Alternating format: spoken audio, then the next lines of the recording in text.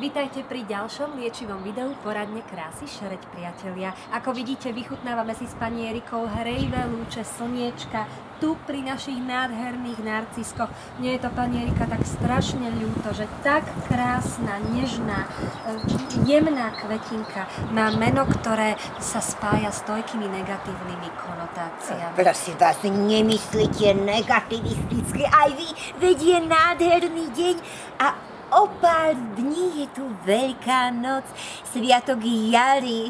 Ja sa tak teším. Pani Erika, ja som rada, že to spomínate, lebo ja mám každý rok jednu a tú istú dilemu. Čo vás trápi, poklad? Poďte sem s tým. Áno, že koľko smiem skonzumovať počas jedného veľkonočného pondelka čokoládových cukroviniek. A to možno zaujíma aj teba, Janka, Petra, Zuzana. Mám tu pripravený preto košiček, otočím ho takto, lebo tu je tá mašlička, ale zase sú tí zajaci od chrbta. Takže zajkovia, ktorí tu krásne vykúkajú z jarného košička. To sú cukrovinky, ktoré si môžete poklad rozdeliť do niekoľkých dávok. Ja som pripravila taký model pre ženu vášho vzrastu, poklad Julínek. Mám tu 2 pipinky, 3 zajkov a 3 vajíčka.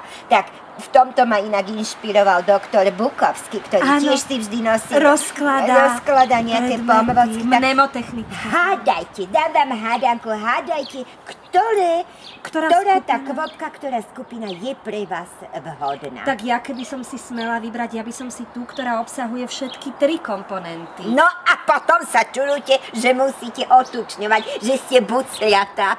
Nie, Zlatík, ja by som povedala, že táto je k tomu najbližšie a to aj iba tieto 2 uška sú pre vás v ten pondelok vhodné. Ostatné bych podelila v priebehu celého týždňa. Čiže pre ženu 162 cm vysoko, ako som ja, jedny tieto uška a pre ženu vašej veľkosti a intelektu. No tak ja som o 2 cm vyššia, tak ja bych mohla aj po krk. Áno, ale máme tu zase aj generačný rozdiel. Vy ste iná generácia. Tam sa to nezohľadňuje? Zohľadňuje sa to v tom, že ja si k tomu ešte pridám aj vajce.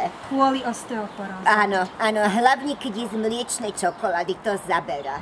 Jasné, rozumiem. Je to iná... Viete, nech sa mi nezlomí ten krček tu na... Krček stehennej kosti. Presne tak. A znova sme v podstate pri medicíne výžive. Doktor Bukovský by z nás mal radosť.